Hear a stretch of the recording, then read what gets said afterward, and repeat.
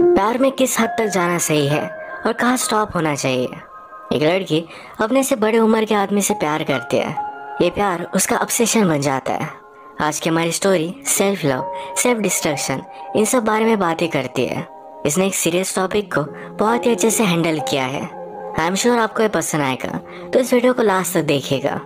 Video start करने से पहले मैं आप सबसे रिक्वेस्ट करना चाहता हूँ, अगर आपको वीडियो अच्छा लगता है तो प्लीज़ इसे लाइक और कमेंट ज़रूर कर दीजिएगा। इससे चैनल को बहुत सपोर्ट मिलता है। अभी नेक्स्ट तरीके इस एक्सप्लेनेशन को स्टार्ट करते हैं। मूवी स्टार्ट होती है और हमारे मेन कैरेक्टर, इसका नाम है सियोलो, ये बहुत ही डिस्टर्ब थे। आज ही उसका उसके बॉयफ्रेंड के साथ ब्रेकअप हुआ था। उसकी सब चीज़ें फेंक कर वो अपना गुस्सा निकाल रही थी। ये सब चल रहा था, तभी उसे ऑनलाइन किसी का मैसेज आया। एक स्ट्रेंजर था। वहाँ से कहता है, मैंने सुना कि तुम बहुत ही ब्यूटीफुल हो। सियोलो कहती कि ऐसा कुछ भी नहीं है, मैं हार्ट ब्रोकन हूँ। वहाँ से वो स्ट्रेंजर कहता है, हार्ट ब्रोकन और ब्यूटीफुल। सियोलो कहती कि हाँ। स्ट्रेंजर ने कहा, तो कन्फर्म हो गया कि तुम ब्यूटीफुल हो। इस पर सियोलो स्माइल करती है और इसी तरीके से हमारा स्ट्रेंजर और सियोलो इन दोनों के बीच में बात। सियोलो उसके बारे में हमें बताती है। कहती है, मैं नॉर्मल नहीं हूँ। उसके स्कूल में ज़्यादा फ्रेंड्स नहीं है। वो हमेशा से बहुत सेल्फ सफिशिएंट थे। जब वो 18 साल की हुई तो अकेली सिटी में मूव हो गई थी। वही उसने अपने आप को बर्बाद किया था। पर सियोलो ने हमसे कहा, इसके बारे में हम आगे बात करेंगे। सियोलो उसके पेरेंट्स की फर्स्ट बेटी थी। इसके बाद बहुत सालों बाद उन्हें ट्विंस हुए थे। इसी वजह से सियोलो एज अ ओनली चाइल्ड उन्होंने रेज किया था। उसे जो भी चाहिए होता था ये सब उसे वो दे देते थे। उसका बहुत ख्याल रखते थे। इसी वजह से सियोलो को रिस्ट्रिक्शंस थे। उसका ज़्यादा पढ़ाई में भी ध्यान नहीं था। उसे अपने लाइफ को लेकर प्रॉब्लम्स थे। जैसे हमें पता है कि उसे लगता है कि वो अजीब है। इसी वजह से अपने पेरेंट्स से वो बात करती है। मैं कहती है, मुझे साइकोलॉजिस्ट के पास जाना है। सभी इंडियन पेरेंट्स की तरह ये दोनों भी इसे ज़्यादा सीरियसली नहीं लेते। सियोलो और स्ट्रेंजर इन दोनों के बीच में बहुत सारी कन्वर्सेशन ऑनलाइन ही स्टार्ट हो गई। इसके साथ बात कर कर सियोलो को बहुत अच्छा लगता था। एक दिन स्ट्रेंजर सियोलो से पूछता है, क्या तुम मेरे ग्रुप से मिलना चाहते हो? ये सब लोग उसके लिए बहुत इंपॉर्टेंट है। सियोलो से पूछती है, अगर एक जगह पर तुम्हारा ग्रुप डूब रहा है और दूसरी जगह पर मैं हूँ, तुम किसको चूज करोगे? स्ट्रेंजर कहता है, ऑफ कोर्स तुम्हें चूज करूंगा। सिर्फ मुझे तुम्हें बचाना है, पूरे ग्रुप को मैं नहीं बचा सकता। सियोलो कहती है कि उसे अपने स्कूल में ज़्यादा मज़ा नहीं आता, उसे स्कूल बदलनी है। स्ट्रेंजर कहता है, तो बदल डालो। ये सियोलो के लिए हार्ड था, तो कहता है, जो चीज़ें हम लाइफ में करते नहीं यही हमारी बिगेस्ट रिग्रेट बन जाती है। सियोलो ने अपने पेरेंट्स से कहा, पर फिर भी वो माने नहीं। उसने फिर स्कूल जाना ही बंद कर दिया। उसे न्यू स्कूल में उन्हें डालना ही पड़ा। वो होपफुल थी कि स्कूल में उसकी फ्रेंड्स बनेंगे, वो अकेली नहीं रहेगी। पूरी क्लास में उसे कोई भी इंटरेस्टिंग नहीं लगा।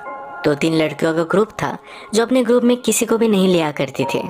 एक दिन सियोलो ने उन्हें आंसर करने में हेल्प की, तो वो भी उनकी फ्रेंड बन गई। एक दिन स्ट्रेंजर सियोलो से पूछता है, क्या तुम मेरे ग्रुप और मुझसे मिलोगी? सियोलो इस पर हाँ कहती है। यही बात वो ब्रेकफास्ट पर अपने पेरेंट्स से पूछ रही थी। उसके पेरेंट्स उसके लिए वरीड थे, ऐसे कैसे वो ऑनलाइन मिले हुए स्ट्रेंजर से मिल सकती है। सियोलो कहती है, ये बहुत ही नॉर्मल है, वो जल्दी घर भी आ जाएगी। मदर और फादर ने दोनों मिलकर इसे स्ट्रिक्टली मना कर दिया। फादर सियोलो से बहुत प्यार करते थे, तो सियोलो ने उसे मना लिया कि प्लीज़ मदर को भी समझाओ।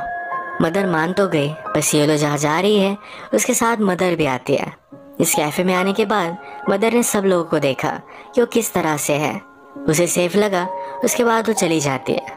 ये सारा ग्रुप सियोलो को वेलकम करता है। थोड़ी देर में हमारा स्ट्रेंजर, जिसका नाम है अलेहो, ये भी वहाँ पहुँचा। इन दोनों ने एक दूसरे को देखा तो इनमें बहुत ही स्ट्रांग केमिस्ट्री थी।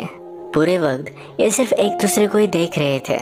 थोड़े टाइम में सियोलो के जाने का टाइम हो गया। अलेहो उसके पास आया, उसके नेक पर किस करता है। इस किस का नाम उसने स्वीट किस रखा हुआ है। उनके कन्वर्सेशन में भी बहुत बार उसने यूज़ किया था। यहाँ पर सियोलो की मदर उसे पिकअप करने के लिए फिर से वापस आ गई, तो उसे उसके साथ जाना पड़ता है। सियोलो हमसे कहती है, वो मुझसे 10 साल बड़ा था, पर बिना किसी रीज़न के मैं उसके प्यार में बहुत ही हार्ड पड़ी।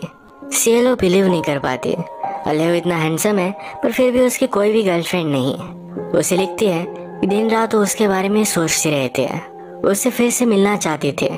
इन्होंने मिलने के लिए एक जगह डिसाइड की।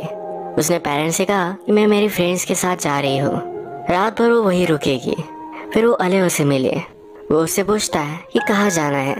वो कहती है तुम्हें जहाँ ठीक लगे वही लेकर चलो। ये गाड़ी में बात करते हैं। अलेहो पूछता है क्या कुछ अर्जेंट था, क्या तुम मुझे कुछ बताना चाहती थी? सिएलो कहती है मैं सिर्फ तुमसे मिलना चाहती थी।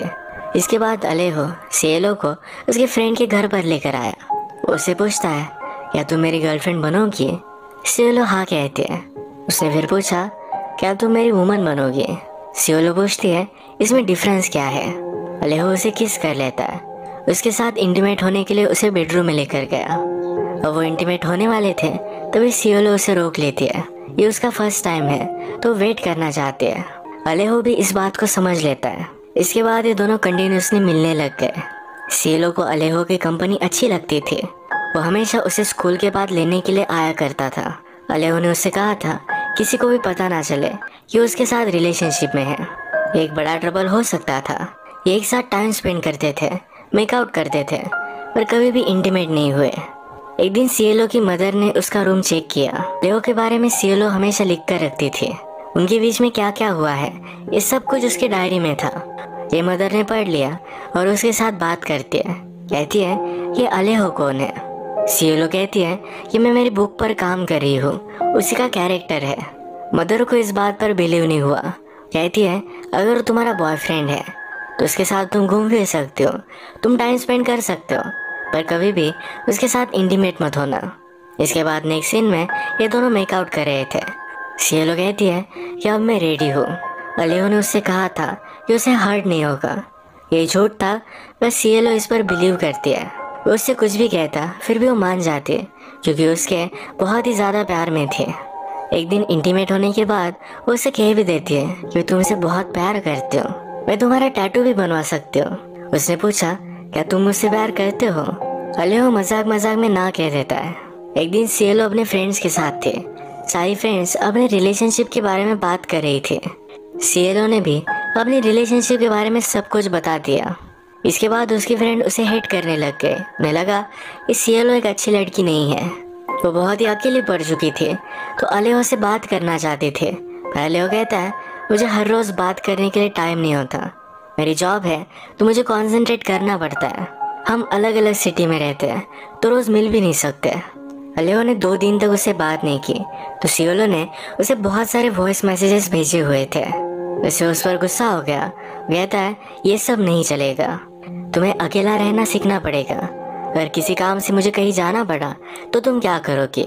सिएलो कहती है मैं तुम्हारे साथ चलूंगी। ये सब अलेहो को सही नहीं लगता। इन बातों से सिएलो बहुत ही हार्ट ब्रोकन थी। इनमें प्रॉब्लम्स तो थी पर फिर भी इनकी रिलेशनशिप कंटिन्यू हुई। एक दिन सिएलो अलेहो से पूछती है अगर मैं प्रेग्नेंट हो गई तो तुम क्या करोगे? अलेहो कहता है तुम प्रेग्नेंट नहीं होगी, और हुई भी तो फिर भी वो कुछ भी नहीं करेगा। सिएलो की एक्सपेक्टेशन थी कि अलेहो उसे एक्सेप्ट करेगा, उससे शादी करेगा। वो गुस्सा होकर उसे कहती है कि मैं तुमसे जिस तरीके से प्यार करती हूँ तुम्हें भी उसी तरीके से मुझसे प्यार करना चाहिए। इन सब चीज़ों को अलेहो पूरी तरीके से इग्नोर कर देता है। एक दिन गुस्से में सिएलो ने उसे मैसेज किया जिसमें लिखा था कि मैं तुमसे नहीं मिल सकती, तुम तुम्हारी तरफ से कोई भी कमिटमेंट नहीं दिखाते जो सही नहीं है। इसके बाद अलेहो ने उससे कोई भी मैसेज नहीं किया, कोई कॉल नहीं किया।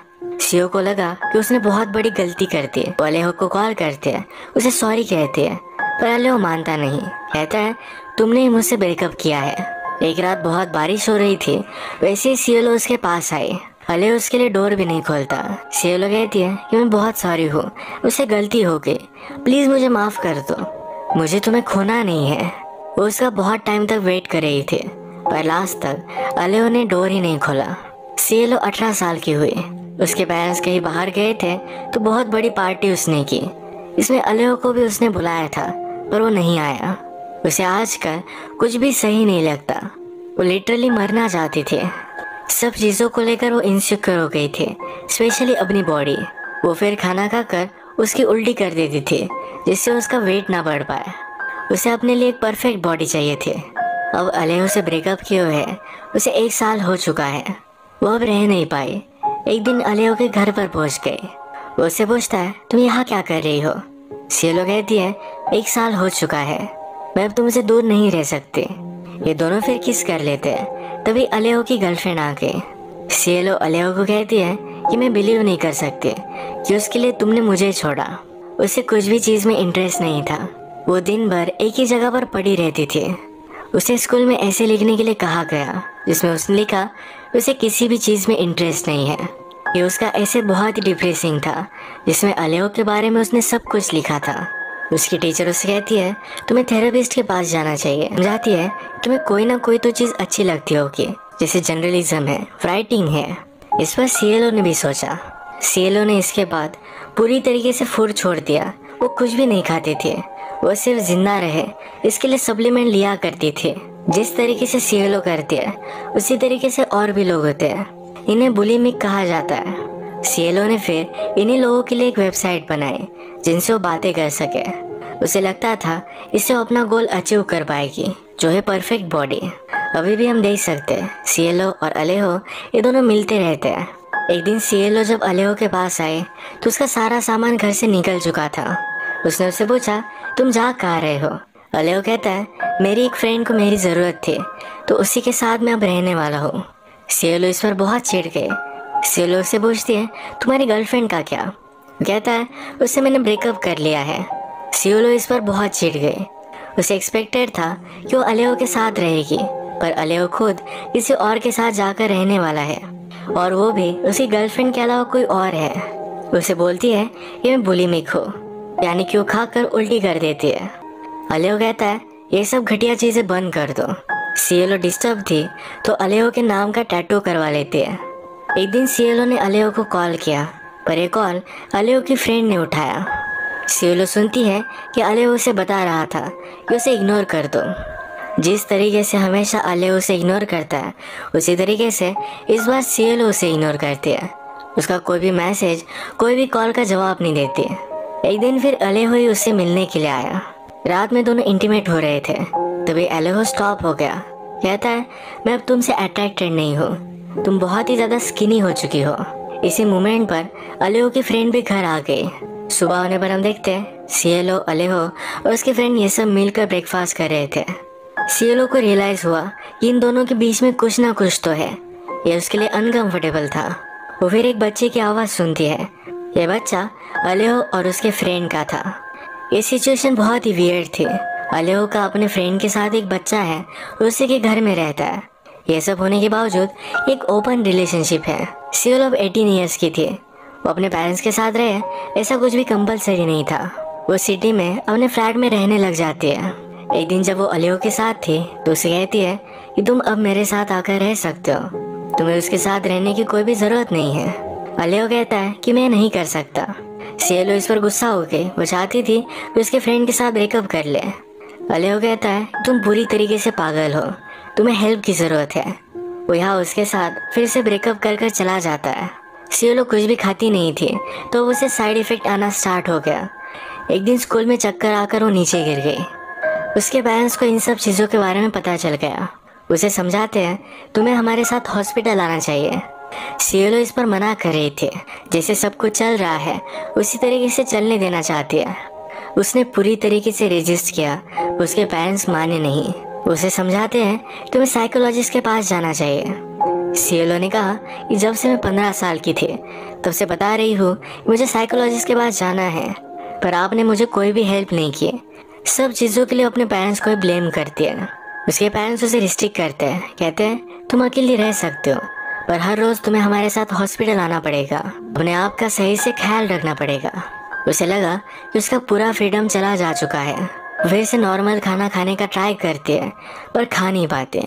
उसे पेट में बहुत दर्द हो रहा था। ये सब देखकर उसके पेरेंट्स को बहुत बुरा लगा। नॉर्मल की लाइफस्टाइल से सीएलओ फिर से तंग आ चुकी थी। वो डायरेक्टली घर से ही भाग गए, अपने एक फ्रेंड के साथ रहने लग गए। वो ड्रंक होती थी, कुछ भी खाती नहीं थी।